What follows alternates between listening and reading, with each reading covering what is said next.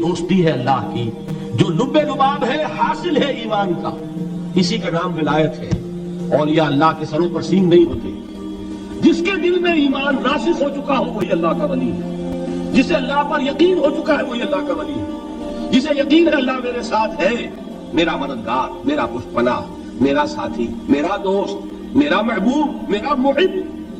اللہ اہل ایمان سے محبت کرتا ہے۔ واللہ یحب الصادقین، ان اللہ یحب الذین یقاتلون فی سبیلہ صفا کانہم بنیان مرصوص۔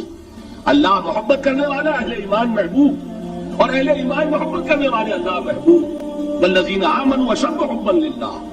آپ تصور کیجئے جسے یہ رشتہ ایمان یا رشتہ ولایت حاصل ہو جائے، الا ان اولیاء اللہ لا خوف علیہم ولا هم یحزنون، آگاہ ہو جاؤ اللہ کے دوستوں کے لیے نہ کوئی خوف ہے نہ کوئی حزن ہے۔ اور میں بیان کر چکا تھا خوف اور حزن کے خاتمے ہی کا نام امن ہے۔ زوال خوف، زوال حزن، یہ خوف اور حزن کیوں آتے ہیں بار بار؟ اللہ تخافوا ولا تحزنوا، دونوں آ گئے۔ الا ان اولیاء اللہ لا خوف علیہم ولا هم یحزنون، پھر وہی دو۔ وہ کیوں ہے؟ خوف ہوتا ہے کسی مستقبل کی بات کا، یہ نہ ہو جائے، وہ نہ ہو جائے، یہ نقصان نہ پہنچ جائے، یہ تکلیف نہ ہو، یہ غضب نہ آ جائے، خوف ہے مستقبل سے۔ حزن ہے یہ کیوں ہوا، یہ نہیں ہونا چاہیے تھا، یہ میرا فلاں چیز میرے ہاتھ سے جاتی رہی ہے، فلاں موقع نکل گیا، اور بیٹھے ہوئے ہیں اندر ہی اندر کوڑ رہے ہیں، صدمہ ہے اور رنج ہے۔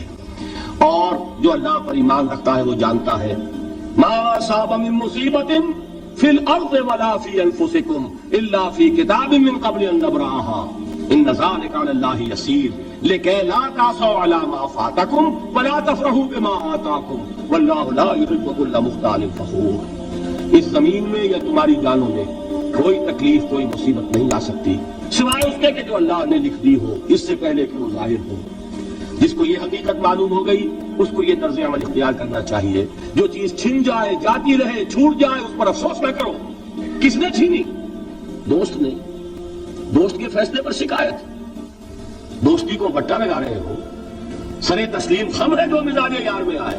اگر دوستی ہے تو پھر تو تمہیں گردن جھکانی چاہیے کہ ہر ساقی ہماری عین الطاف، جو بھی میرا ساقی میرے پیالے میں ڈال دے اس کا کرم ہے، جو اس کی طرف سے آئے اس پر کوئی رنج نہیں، کوئی صدمہ نہیں، کوئی غم نہیں، کوئی شکایت نہیں، کوئی شکوہ نہیں، اور جو ہوگا وہ اس کے اذن کے بغیر نہیں ہوگا، اور اس کا اذن ہوگا تو یقیناً میرے لیے خیر ہی خیر ہے، چاہے وہ ناگوار شے ہو، بظاہر مجھے اچھی نہ لگ رہی ہو، میری شارٹ سائٹڈنس میں مجھے وہ نظر آ رہی ہے کہ میرے لیے بری ہے، لیکن قرآن نے کہا ہے آسان تکرہوا شیئا وہو خیر لکم وآسان تحبوا شیئا وہو شر لکم واللہ یعلم وانتم لا تعلمون۔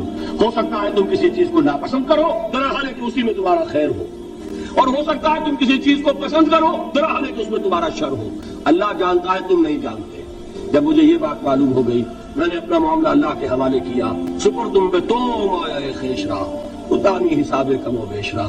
اے رب جو تو چاہتا ہے وہ ہو، تیرے علم میں جو شے میرے لیے خیر ہے وہ ہو جائے، میری کوئی پسند نہیں، میری کوئی چاہت نہیں، یہ ہے راضی برضائے رب۔ اکبر الہآبادی نے اسے کہا ہے رضائے حق پہ راضی رہ۔ یہ حرف آرزو کیسا، خدا خالق، خدا مالک، خدا کا حکم تو کیسا؟ جب میں آ گیا بیچ میں میری پسند، میری مرضی، میری خواہش، میری چاہت، یہی تو شرک ہے۔ ما شاء اللہ کان وما لم یشاء لم یکن، جو اللہ نے چاہا وہ ہوا، جو اس نے نہیں چاہا نہیں ہوا، اختیار اس کا ہے، میرا تو نہیں۔ رضائے حق پہ راضی رہے، یہ حرف آرزو کیسا، خدا خالق، خدا مالک، خدا کا حکم تو کیسا۔ اقبال نے اسے کہا ہے فارسی میں، اب آپ کہیں اس کا ترجمہ بھی کرو تو وہ مجھے ذرا اس وقت کچھ بہت ہی بدذوقی کی سی بات نظر آئے گی۔ جائیے پوچھئے کسی سے جسے فارسی آتی ہو، برو کشید ز پیچا کے ہست بود مرا چو کہا کہ مقام رضا کشود مرا۔